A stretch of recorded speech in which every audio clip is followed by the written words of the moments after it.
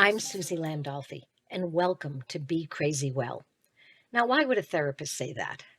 Because we all have mental health struggles, even therapists. The good news is we have so much more information about how we can be crazy well. On my podcast, we don't focus on what's wrong with us. We want to know what happened to us. We're going to explore how trauma affected us, both negatively and positively. That's right. I said positively.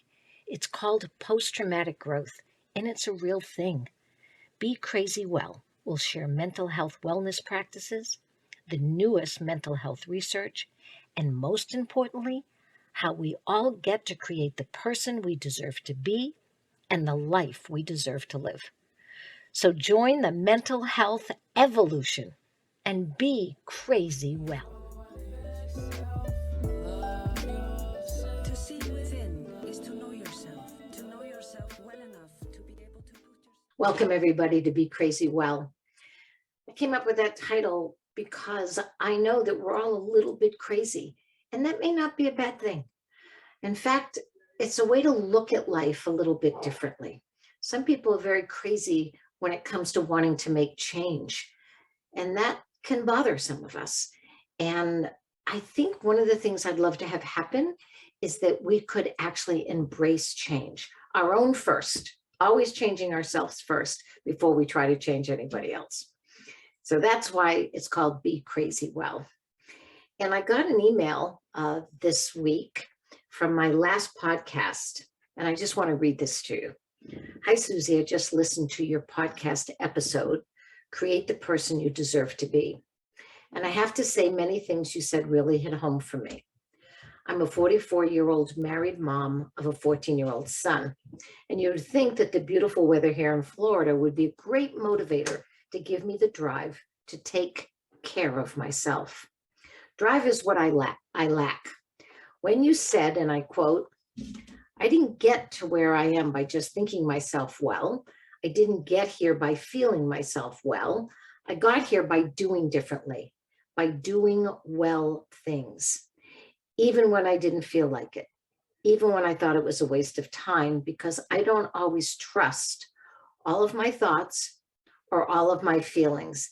And that's because they were given to me by a family that struggled. She goes on, that really hit me. It's like I'm only doing the thinking and feeling, but find it so hard just to do the doing. When I say that, I mean going for a walk or start back up running like I used to. The lack of motivation takes over. But I have to thank you for your podcasts and really giving me some things to think about. I also want to say that seeing that you're an animal lover, helping horses, and I'm sure many other creatures, warms my heart. I am a person who is into rescuing animals. It's just hard to rescue myself. Wow. I'm going to have to say back to that wonderful woman who sent that to me that it was very hard to rescue myself as well. Why?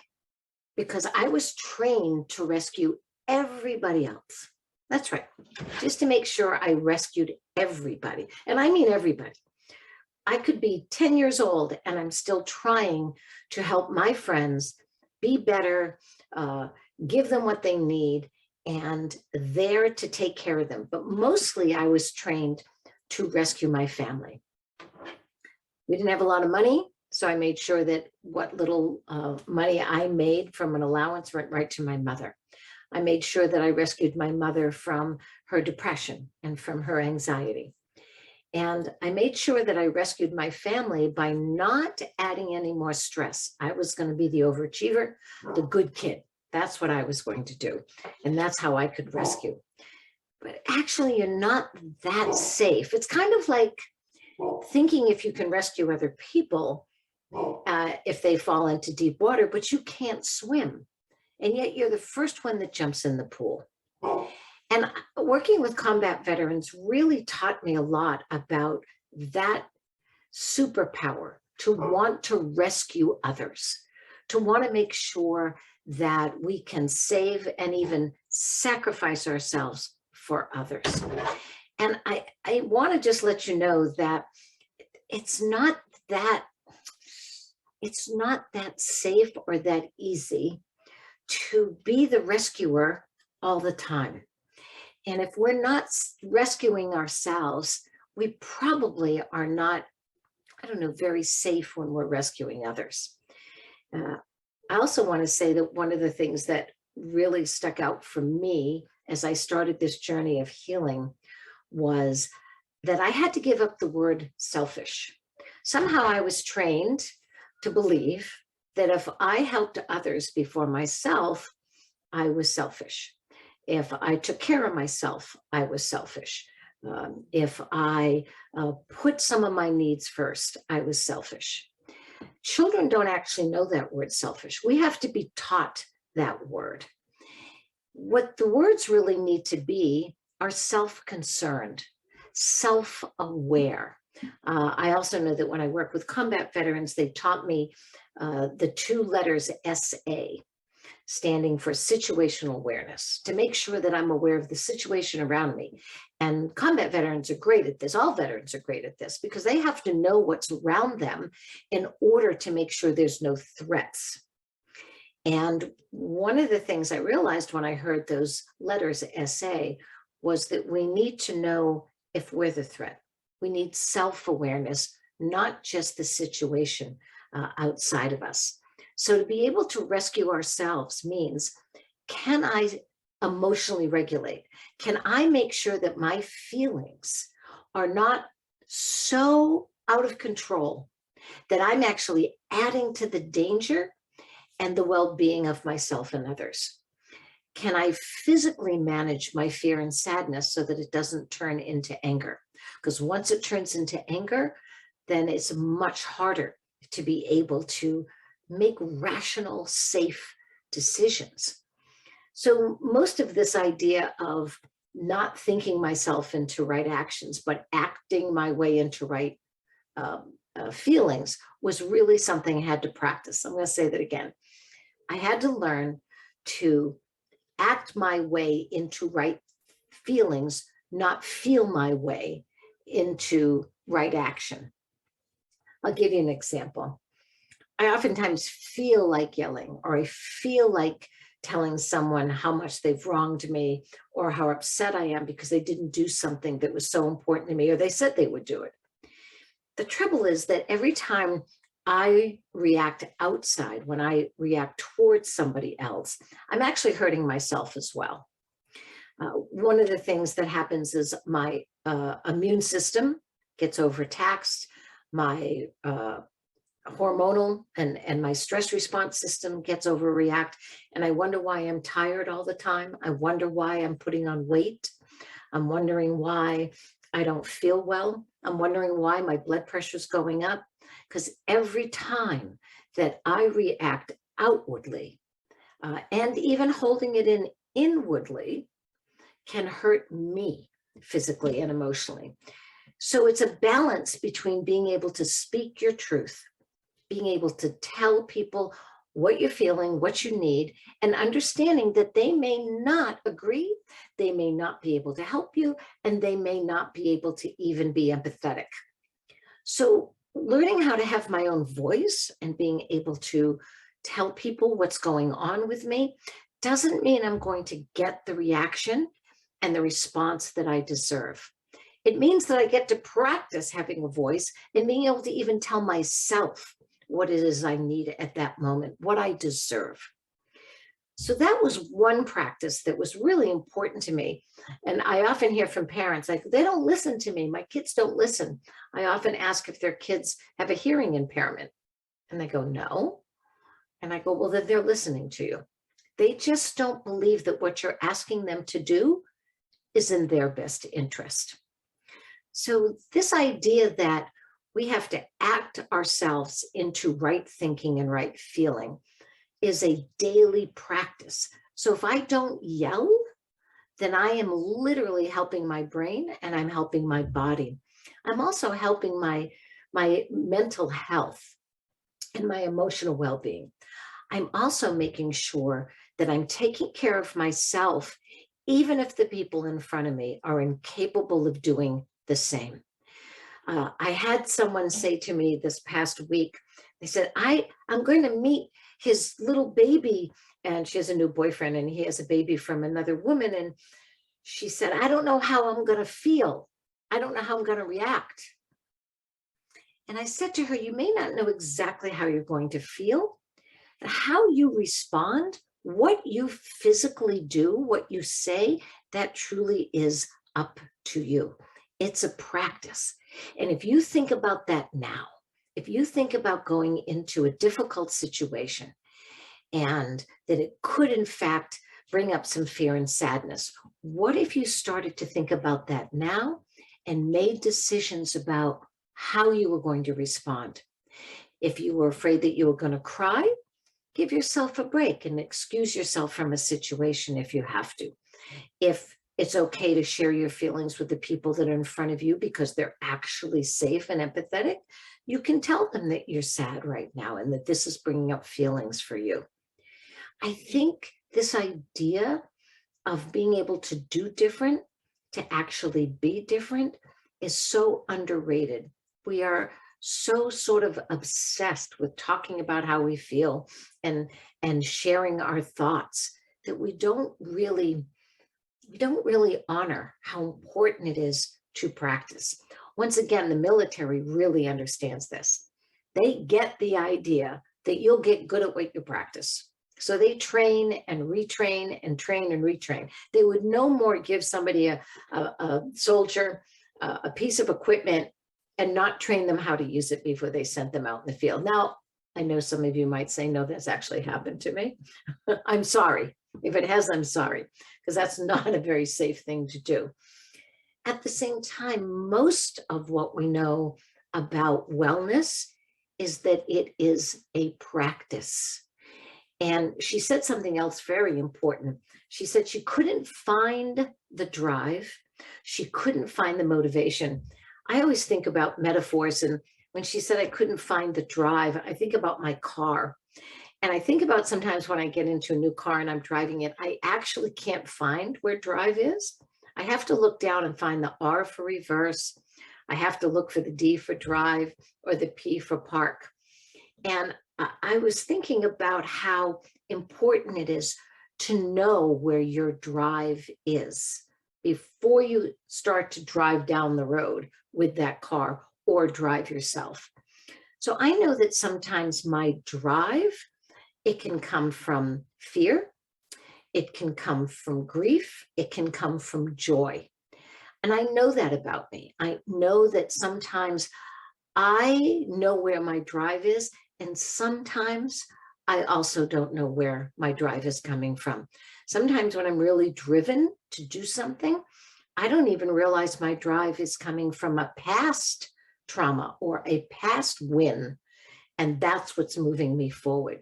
But I'll tell you, I don't let my drive ever drive me, ever. I'm driving me. So if I don't have the drive that day, or what we like to call the motivation, I don't need it anymore. Now, I know there's all kinds of motivational speakers and books about motivation. And I actually have discussions with friends of mine who do some great motivational speaking. And I told them that I don't really believe or trust motivation. And I go, Suzi, how can you say that? We all should be motivated. And I went, well, because I don't know if it's going to show up. I mean, there's been many times in my life where I wasn't motivated to do something. So what am I supposed to do? Kind of sit there and wait for it to show up? It's kind of like a bad date, or a bad partnership.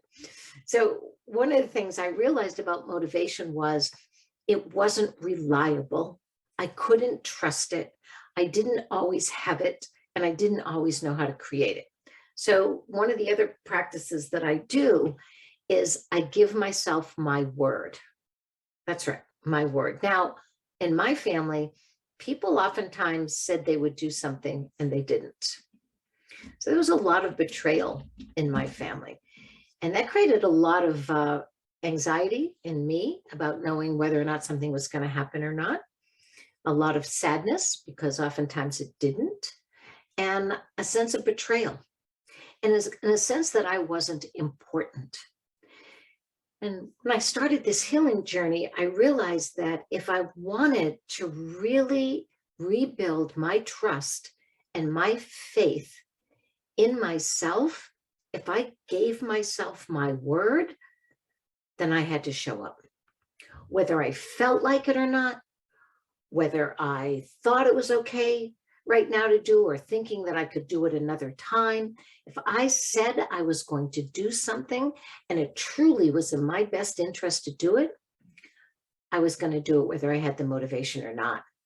And sure enough, and I think I said this last week as well, I realized that once I actually started doing what I said I would, even though I didn't feel like it, even though I didn't think I wanted to do it, I ended up enjoying what I was doing. I literally got benefit from it. So I was hoping that one of the things we could all really think about in our lives is, am I waiting for motivation? Am I waiting for someone to drive me to where I deserve to be? And am I giving my word to myself? One final thing I'll also share with you. So I work out at a gym. It's a wonderful gym. It's called Unbreakable. It was started by a lovely man named Jay Glazer. You can watch him on Fox Sunday NFL. He wrote a wonderful book called Unbreakable about his healing journey. And at this gym, at Unbreakable, we also have a nonprofit that is featured there and in 8 cities around the world, around the country, I should say, not the world yet, called Merging Vets and Players. And we had Sean Richardson on this podcast, who is a member, and we're going to have more members from MVP. And it's putting together combat veterans and retired professional athletes so that they can do some peer-to-peer support in terms of their transition from the military and from their sport. So anyway, we work out for 30 minutes before we sit down and have what we call our huddle. And we do a lot of boxing. Jay was into MMA and boxing. And so much of our workout is boxing. And we will learn how to do a jab and a cross and a hook and an uppercut. And I really enjoyed boxing. When I started to learn it, it was the hardest thing I ever did as a workout. And I was always taught how to defend myself, to slip, bob, and weave so that I didn't take the punch, and how to make sure that I was striking in a way that would give myself an advantage in the fight. And I was always told about my opponent, like who I was standing in front of. And one of the things that I was never taught was how to punch myself. That's right. I was not taught how to beat myself up. And last week in the huddle, one of the combat veterans talked about how we shouldn't beat ourselves up. And it made me realize, and I made a funny joke about that idea, that you're right. We don't right cross ourselves. We don't jab ourselves. We don't uppercut ourselves to our chin. But we do beat ourselves up. And you have to be trained to do that. Children and adults, any person, does not do that without somebody showing them what it's like to quote unquote criticize or physically and emotionally, verbally abuse them. And then we tend to do that to ourselves. And I know that it's really hard when we are critical to ourselves. I know it's hard to think differently about yourself or even feel differently about yourself. I know I still have some thoughts and feelings about myself. I still have some criticism about myself. Yet one of the things I know is, even with those thoughts and feelings, if I go and do what I deserve to do today, I feel and think better about myself, especially when I give my word and I follow my principles. So I'm hoping that all of us understand that we deserve more than just beating ourselves up. We deserve more than waiting around for motivation to show up like a bad date. And we deserve to drive ourselves. We deserve that. We deserve to understand that if we give ourselves our word, we should show up for ourselves because we deserve it. We absolutely deserve it. So I just wanted to clarify what I was talking about last week, because it's really the foundation of change. And I want to thank this lovely woman who sent that email to me. And please feel free. If you want to talk to me, if you want to be on this podcast, let me know. And we always post my email. I'll give it to you right now, but we always post our email when we post the podcast. So do not be afraid to send me an email, and we can have a discussion. I don't want to do this as just myself. I want to make sure that we're working together, that this is a movement. It can be a mental health movement where we are going to create the person we deserve to be and the life we deserve to live by doing differently. We're going to put the do back into doing and doing well, and then we're going to be crazy well. Isn't that going to be wonderful? So email me at Suzi, S-U-Z-I-G as in God, M as in Mary, A as in Apple, Suzi Jima, and I am called Jima by my grandson. So I'm very excited about always sharing that with people. SuziJima@gmail.com. And I wish you well this week. I want to thank Calvin Love for a wonderful theme song, which is Be Your Best Self. And we all deserve that as well. And you know what? That comes with practice. So have a great week, and we'll talk next Monday. And feel free to reach out to me. I really, really appreciate doing this. Working together, you and I doing this podcast, that helps me too. I'm never going to be a hypocrite. I will never ask you to do something I'm not doing. And that's how we all support one another. So see you next week. Be crazy well. Love yourself in love. Don't talk about what they do. That's probably why they